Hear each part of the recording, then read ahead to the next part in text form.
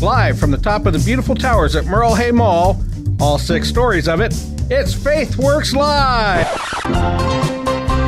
Let's listen to Mikey.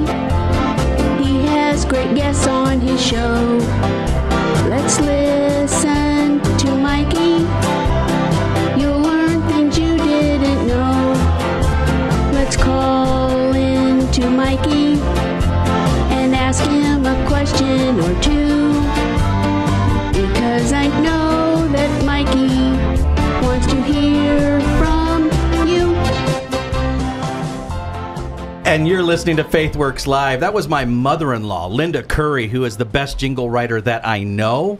Nobody else that I know could actually put a Christian radio program to a beer tune. So I'm going to say, that sounds like roll out the barrel. That's what it is.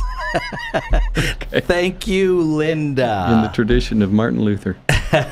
Hey, I want to say thank you, the listener, for joining us. It's a wonderful Friday, and I'm so excited to be with you for another edition of FaithWorks Live. And today we got a great show lined up. I want to start with this, though. I want to tell you about something that happened today, because I mentioned this yesterday, and I wasn't kidding around. I believe in this, and it might have sounded like I was joking, but hey, I want you to understand, I get mad about this kind of stuff. First, the Des Moines City Council has decided that they wanted to take my personal liberties to be able to explode stuff in my driveway away from me, or at least to go buy it, I should say. And they want to move the sale of fireworks to industrial zones only. So what, in essence, that means is that little children who will be getting out of a minivan to go and buy fireworks with mommy and daddy at a tent set up in an industrial zone get to look out for big, heavy moving equipment and semis and all those kinds of things, instead of a nice, safe parking lot that's like 5 acres of nothing but asphalt. And that's just, I think it's an unwise, silly decision that the council is trying to do. And they actually, today, the city council found out that putting a kibosh on the rights of citizenry, on our liberties, trying to stop small businesses from starting up, isn't the best way to operate. They heard and felt the backlash of citizens, of business owners, of lawyers even that were present at the meeting, and they realized that maybe we need to add some more language into this whole proposal that we're wanting to do, which I'm very happy to hear that they're wanting to do that. A couple of the guys on the committee, on the council, were absolutely, I'd say, maybe in my camp on this issue, and that's great. And so I'd ask you to genuinely, whenever our liberties are taken away, even if you think fireworks are silly, this isn't a big deal. For me, it's a small part of a bigger picture, and I'm not like a libertarian guy. I'm not, but I do believe in liberty. And this is an issue of liberty. And I don't think the government has any business telling us, that we can or cannot do this because it's not safe. And that's not their call to tell me what is or is not safe. And that's the choice that an individual gets to make on his or her own accord and their own autonomy. And so I just wanted to kind of give you an update about things that happened today at the city council and let you know that this is ongoing. They're going to meet again on Monday. And just kind of keep a lookout for that. One of my good friends, Joel Curtinitis, is actually going to be writing an article that I think will be appearing in the Des Moines Register on Sunday. So be watching for that article on this topic as well. Today, joining me in the studio, I have a couple of good guys here that honestly I feel a little intimidated sitting next to. We got David Bush, we got Joe Tewell, and both of them are here to talk about, in general, the idea of fitness, and specifically, they have gone together and written a book called Fit for the King. And I want you guys to get an opportunity to meet both of these men, to hear their story, and to understand what happened. Why did they want to do what they did? So first off, I want to introduce to you David Bush. And David and I have known each other for several years, and I didn't know you in this arena at all. Usually saw you at the Capitol. Yeah, usually it's in a political, Yeah. environment that I've run into you. And in fact, I remember one time at a Ted Cruz event, you were singing the national anthem. You got a great voice. Well, thank you. And then I was giving like the invocation or something. Yeah, and, that's right. That was kind of cool.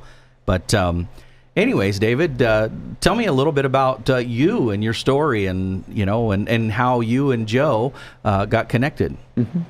Well, I'm a California native, but now I've lived in Iowa a little bit longer than I have in California. Moved here shortly after getting married to help run the ice cream division at Anderson Erickson Dairy, and did that for a number of years before I segued into ministry. And that has included everything from evangelism positions with the local church to indie music artist traveling the country and recording CDs for about 5 years.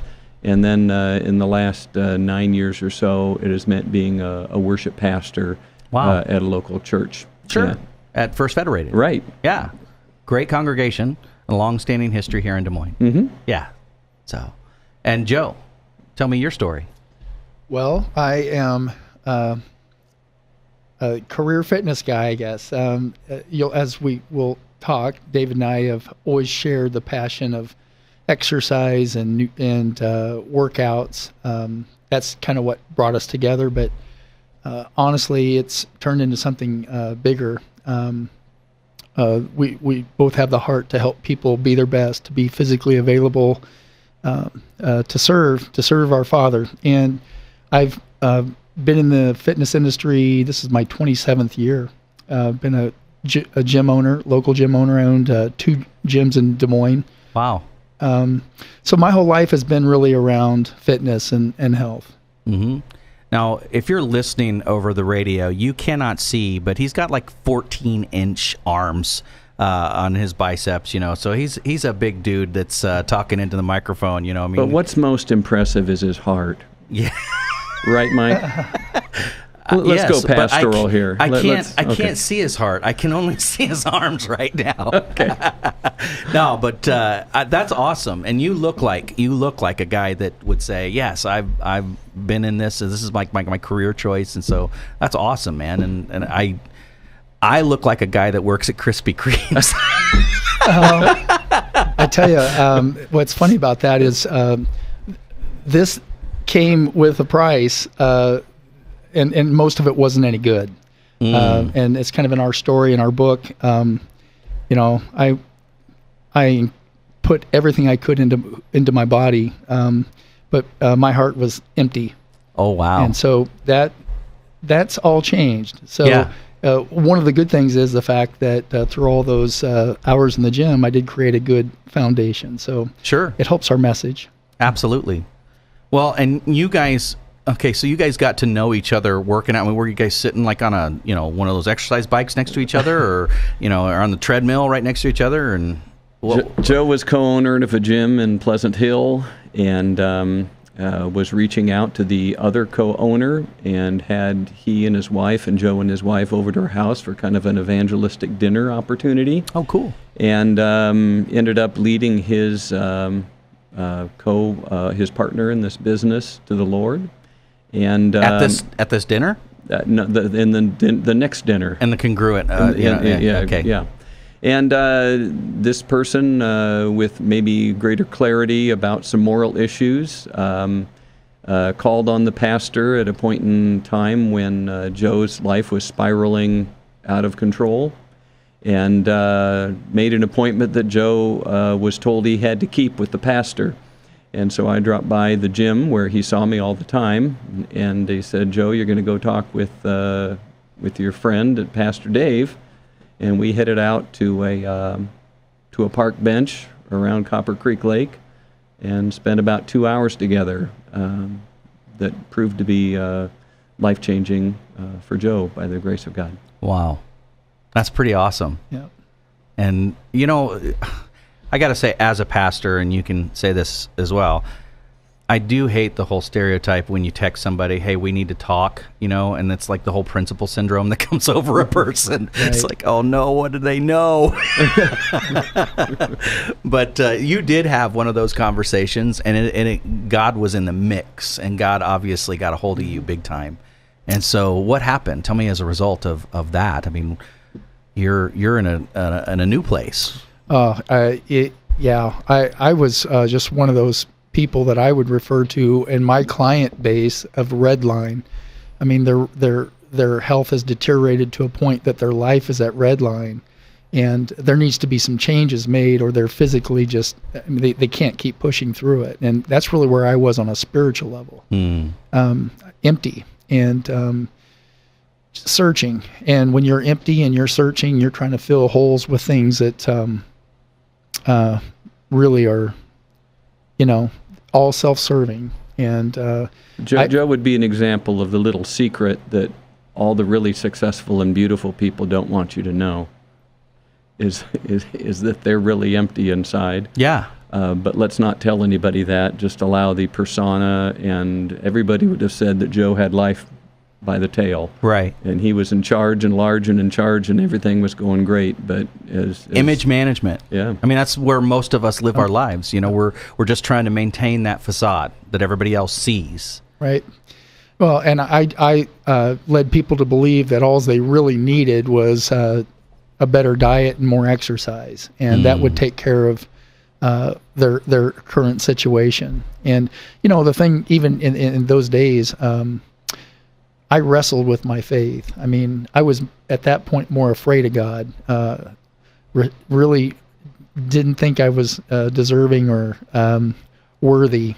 But I could speak what I needed to speak. That I could go to a church and be very, very comfortable and carry on the conversations that I needed to carry on. But my life didn't reflect anything that there was any kind of relationship with Christ. Wow. Well, I think you speak for so many people. I mean, so many people were and are in a place that you were, and it's really awesome, to hear your story and hear how God used a guy like you, and and not only that, the connection that both of you guys have in this arena of fitness is. We're going to be talking a lot more about this, and when we come back in just a little bit, we're gonna hear how these two got together. They wrote a book. It's called Fit for the King. Subtitle of the book is Your Health and God's Purpose for Your Life. And listen, I couldn't think of a better topic for National Donut Day than to have two fitness gurus come in here and talk about honoring God with your bod.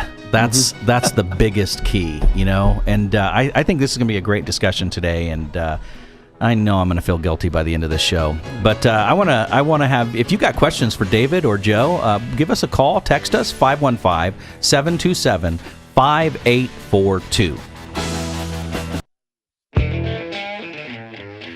You're listening to 99.3 FM The Truth, where we don't just rock the gospel, we talk the gospel.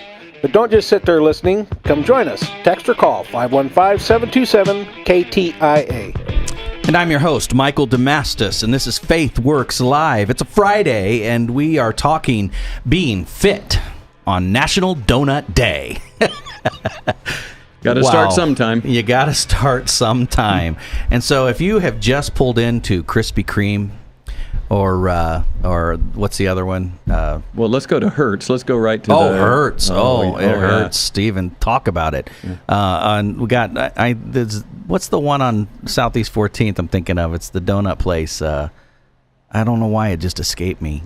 They've got really good Boston. Chris, I'm speaking to an expert here. To be honest with you, I really don't eat that many donuts. I mean. Not that I would assume that you did. We got to call Chris Roloff.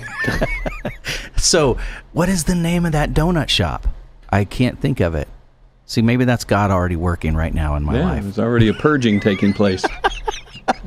Okay, so it's National Donut Day. We're talking about being fit. And these two guys, David Bush and Joe Tewell, are here in the studio with me, and they've been telling us their story about how God really has kind of turned things around, especially Joe in your life. And you guys became more than just, workout buddies, but close friends, so much so that you wrote a book together, and this book's been out for a couple of years now, and it's called Fit for the King. So tell me, how did this book come about on your part, David, first? Yeah, I mentioned that I was involved in recording and performing music, and I guess that stems from the fact that I am a creative person. So I write, and rather than just write music, I started thinking about topics that I could write about, and a consistent area of interest to me was this issue of stewardship. I've always been interested in maximizing that, and so I thought about this, and as Joe came into my life and he came to know the Lord, and we started having breakfasts and discipleship opportunities as I tried to help him grow in the Lord, he had a lot of provoking questions like, why are Christians all so fat? Out of the mouth of a babe, he didn't know how to nuance it any better than that. But he's coming out of the secular world and the fitness world, and that was his perspective. And by golly, if we didn't find out that the surveys that have been done on this would indicate that those who profess faith in Christ are 10% more obese and unfit than a culture that's already well along the way to oblivion. We got a question real quick on Facebook Live. What do I do with my guilt about being overweight? Well, that's section 3 we can talk about, the third part.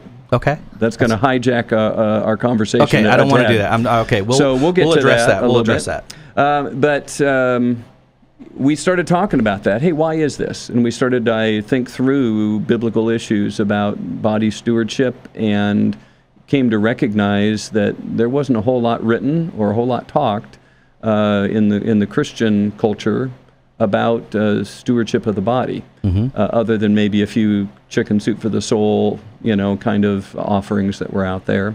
That were really more about trying to sell a certain plan or a certain product than actually getting to some of the biblical issues involved in that. So we spent a lot of time talking about that, and eventually I recognized here's somebody God's brought into my life who knows an awful lot about the nutritive and the functionality, the physiology issues. He's dealt with it his whole life, and really represents the narcissistic, self-obsessed pursuit of fitness. Thank you, David. Thank you. And I had some insights into more the theological basis and pastoral view of that. So wouldn't it be cool if we partnered on a book where I covered some of the less talked about issues theologically, about how do we arrive at a biblical worldview for our bodies, and then Joe can bring in some of his own experience and some very practical help on the nutritive and physiological and conditioning end. One of the things that I can add to that is a person that is in a body that they're trapped in, and it's not its physical best. It's sickly, it's medicated, it's tired, it's sedentary. That's not human nature. We weren't created. We were created to move. And what I've learned over time with hours and hours and hours of probing and intimate conversations with people who hire me to help figure out what's going on, we find that people that are in those conditions are suffering from so many hurts in their life. And as Christians, we try to live a life that we're good stewards, and many times food becomes the outlet. Right. And those aren't happy bodies. I mean, people that are in those conditions, they're not happy people. And that needs to be addressed. I remember hearing this, and you said this, but I remember hearing this idea proposed because we did this Daniel plan thing at church for a while, and and those kind of fads out there, they just pop up, and there's a lot of these out here, and but it was a profound statement, and that is that we talk about medicine that we take to help us feel better, but the biggest medicine that we ingest is the food that we eat. Absolutely.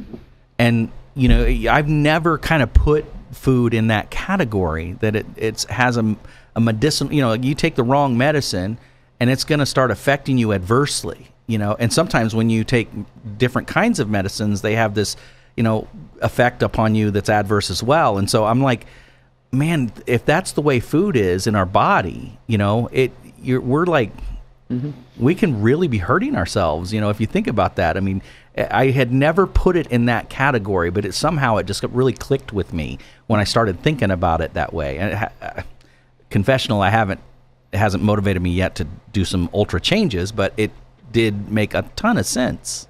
Right. Yeah. You don't have to go to the pharmacy to go and get some kind of mood-altering, mind-altering, body-altering substance. You just push a grocery cart up and down the grocery store aisles, and they're filled with things that are going to do those very same things. It's crazy. And when I think about a grocery store, by the way, basically the outer edge of a grocery store, the perimeter's where you need to live, is about all that you can really do, because the meats and the dairy products and the fresh stuff, everything in between, which is the majority, is really bad for you. And that's like, wow, that's like almost the entirety of the grocery store. Yeah, culture is not cooperating with us in any way, shape, or form. And should we expect it to? Of course not. We look at any aspect of our lives where culture becomes very corrosive and degrading our walk with the Lord in any area. And food is no exception to this.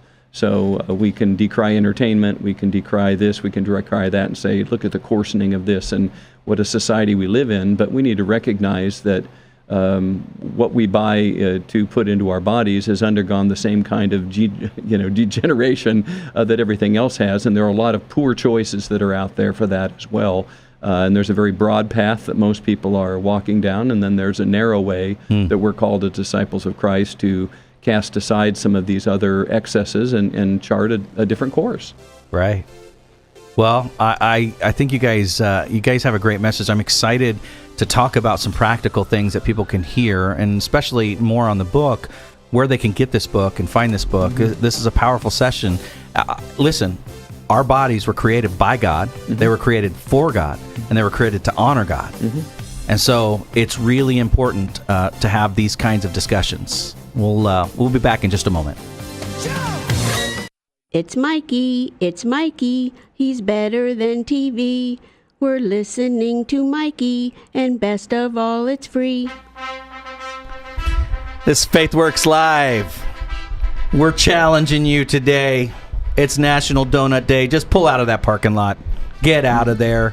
You don't need to be. I couldn't remember the name. It's Dunkin' Donuts. Oh, just the biggest national chain. Yeah, I couldn't think of the name. It slipped your mind. It slipped my mind. Yeah, they're on every corner now. Dunkin' Donuts. Just get out of there, man. Well, turn around. Get in your car. Leave. Get behind me, satanic donuts. That's what we need to say. You'd be better off eating a donut than drinking a quality whatever it is. Yeah, there's some of the drinks there that are darn near 1,000 calories if you do that. Wow. Okay. Well, we're talking in studio today. I'm Mike Damastis. I'm your host. This is FaithWorks Live. It's Friday. And we're talking with David Bush and Joe Tewell. We're talking about their book that they wrote, Fit for the King. And off air, we were chatting about a few things. And one of the questions that had come up that we said we would address, and that is, what do I do with the guilt that I have about my weight? And Joe, what do you say to that guy, to that gal that would ask that question?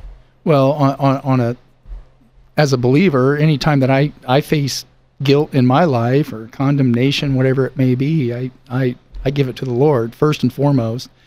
Pray about that, and then the truth to that is, if there's guilt, you really have to demolish that by thinking, okay, how did I get here? What things have I done to put myself here? And then replace it with the desire and a change. I mean, there's no short answer for that, but guilt is where the enemy wants you to be. It's like quicksand. I mean, I feel like it's like almost like walking in concrete, and then it hardens. You kind of stay there. Absolutely. And it can begin to define you. I mean, there's real guilt and there's false guilt. Right. The false guilt leads to for the believer leads to condemnation, saying, God now hates you. He would never want to have a relationship with you. Man, your salvation's even in question over this. It can go down all kinds of terrible paths. But there is also, guilt that leads to repentance. And that's okay kind of guilt, because it pricks us and hopefully is a motivational way that leads us to repent of imbalances in our lives and brings us back to where we allow the gospel to come in and inform that guilt with gospel truth, and then hopefully that will begin to bring change in our life. But we have to demolish the wrong thinking with the truth of the gospel. It's a stronghold. And lay a new foundation built on truth, and then begin works of transformation, Spirit-enabled transformation. And that's powerful, brother, because I believe that a lot of us navigate our life based upon listening to the wrong voices. And sometimes that wrong voice is right inside of our head.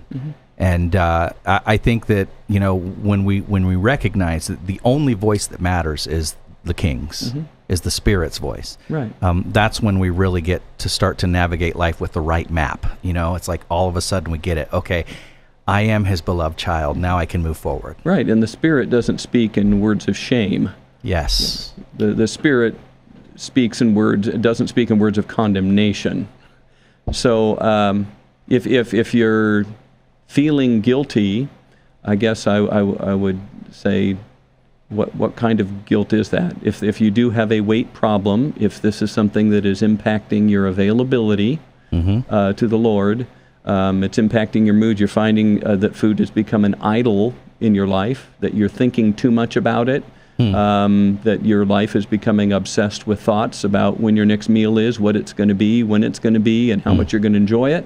That's the definition of worship, and that's not where the Lord wants you to be. Wow. So let's not be guilty about it, but let's be motivated to say, how can we move beyond guilt to a place of greater obedience, empowered by the Spirit and informed by the gospel? If you're a follower of Christ, the crucifixion is the answer to everything, because as Christ gave His life, as He died, we died to sin. It has no power over us.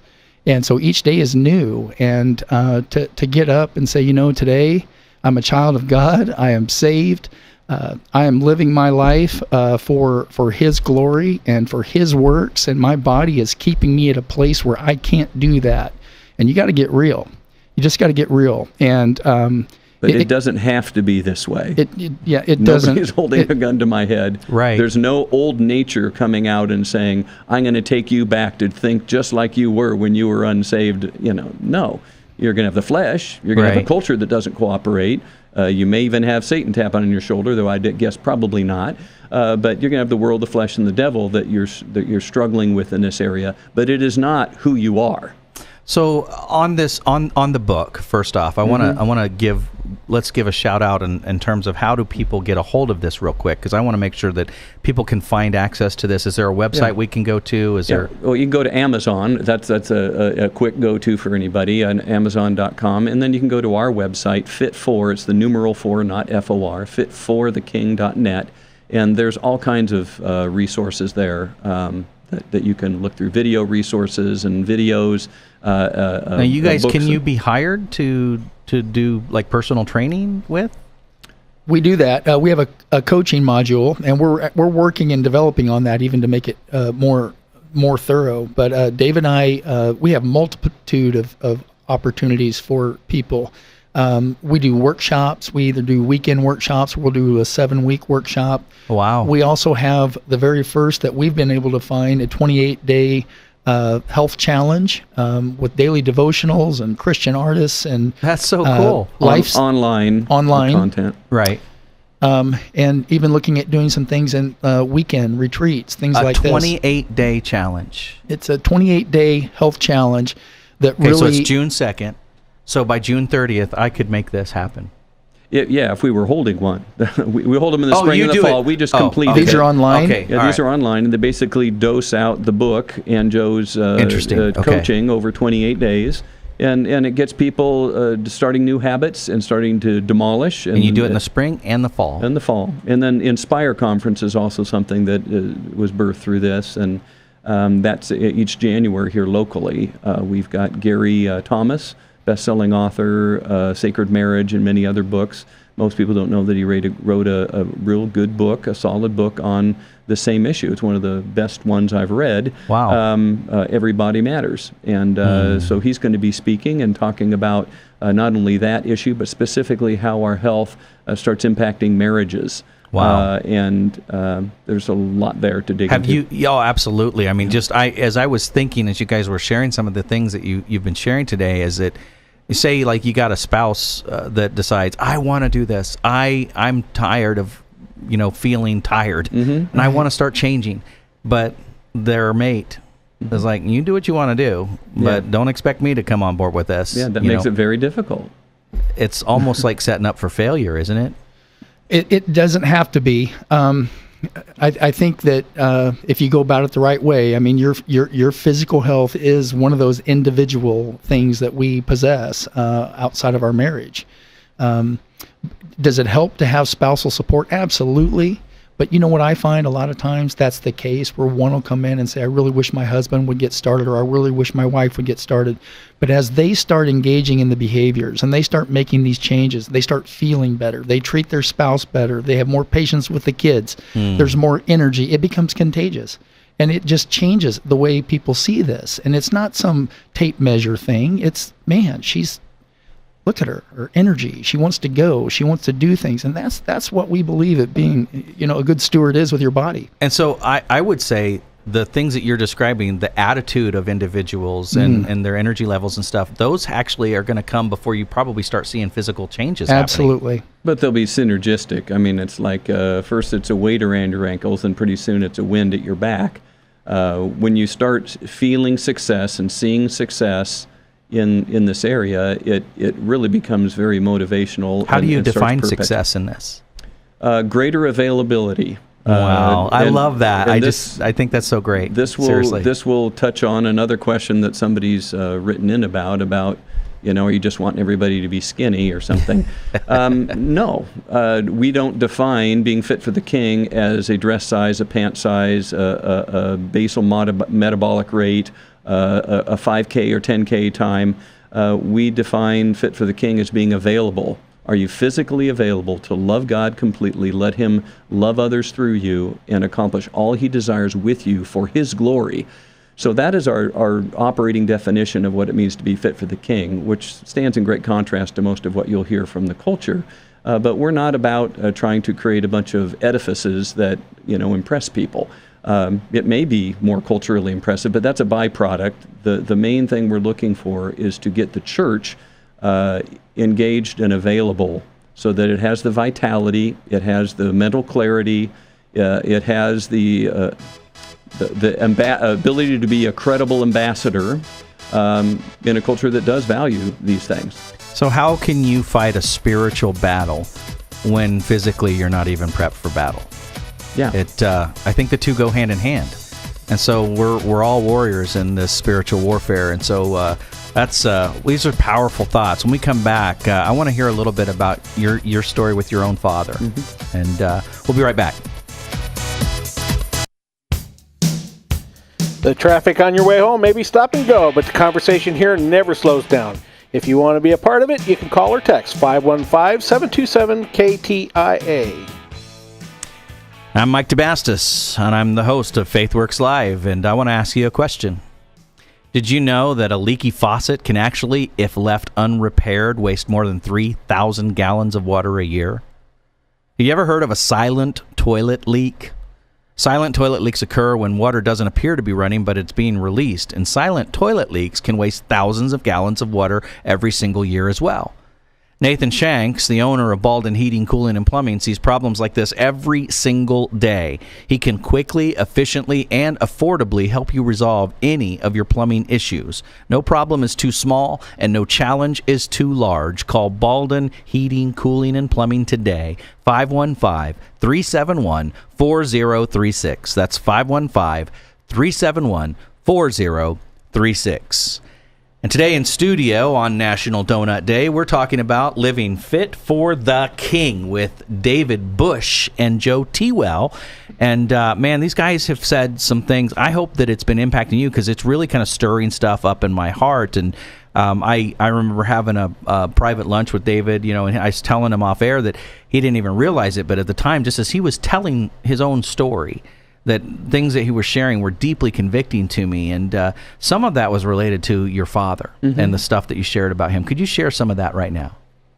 Yeah, I grew up in a pastor's home, and my dad lived out the reality of the gospel before us. He had a very rough upbringing, but came to know Christ as a teenager, and God radically changed the trajectory of his life. He ended up going into ministry, becoming getting a doctorate in theology, and leading a thriving congregation in Southern California. And I saw him be very effectively engaged in ministry for my entire adolescent, young and adolescent life. But some things happened in the church around the time he was 59, 60. And he'd never been one to... Is that his age or the year? His age. Okay. And he'd never been one to exercise. He came to all my wrestling matches and pole vaulting meets and everything, and gladly, watched from the sidelines, but it was never a value of his. And he enjoyed his salty snacks and listening to the Dodgers on radio and doing sedentary things. And that kind of all caught up with him, kind of like sowing and reaping, kind of a principle. And at the time when some things at church kind of knocked him off his stride, it began a downward spiral that essentially sidelined him for the last 20 years of his career. And by the time he passed away a few years ago, he was on a long list of medications, all with different side effects that were trying to be treated with other medications. His world had gone from a vibrant, engaged evangelical ministry, had kind of reduced itself to his lazy boy, his stamp collection, Fox News, and submarine novels. And wow. I watched that happen and recognized that a lot of this, the resiliency that he didn't have emotionally to handle some things in the church, in many ways came down to some an inability to be resilient physically. And it just compounded some of those things that joined together into a spiral that he couldn't pull out of. And that was a cautionary tale for me. I loved my dad. He was a great dad in so many ways. He was a great pastor in many ways. But in all honesty, he didn't finish the way he wanted to finish. I'm sure this isn't how he wrote it out. Right. And I don't want. I've got the same gene pool. Right. I've got part of my family that, in some respects, are following in the same footsteps, and you can kind of see the beginnings of some of that. But I want to see, as much as it depends on me and my behaviors and choices, I want to see things indifferently, and I'd like to finish stronger as I get older with the combined wisdom and availability and resources and experiences and relationships that I have, and be able to put the pedal to the metal as I continue through my 50s and into my 60s, rather than a slow flickering flame that eventually gets snuffed out and you wonder what happened. And your dad's story is, I think, representative of a lot of pastors, honestly. That I'm a pastor and I'm overweight, and I'm 46, and I recognize that I need to change, and there's a lot of guys that are in ministry that aren't fit, and there are people just sitting in the pews. A lot of people in the church that just that's where they're at. What challenge can we give to them today? Well, I would start with there is hope. That there's hope for change and improvement, and the same gospel and the same redemptive power of the gospel that took you from being somebody who was hardened and unconcerned about God and unconcerned about your sin and convicted you of that and brought you to repentance, and that same redemptive power of the gospel that caused you to maybe change your language and maybe change your behaviors in the area of drugs or alcohol, that ended up changing your behaviors sexually, that ended up changing your mind about so many things. That's the redemptive power of the gospel, that it sometimes is 2 steps forward, 1 step back, but is always a progressive change of transformation, God's goal for each one of us. That can be brought to bear on your physical body. And as hard as it may have seemed to get you to change in these other areas, and you had to have cooperative obedience. Right. But the grace of God, the power of the redemptive power of the gospel, and the Holy Spirit worked those changes over time to bring you to a new place.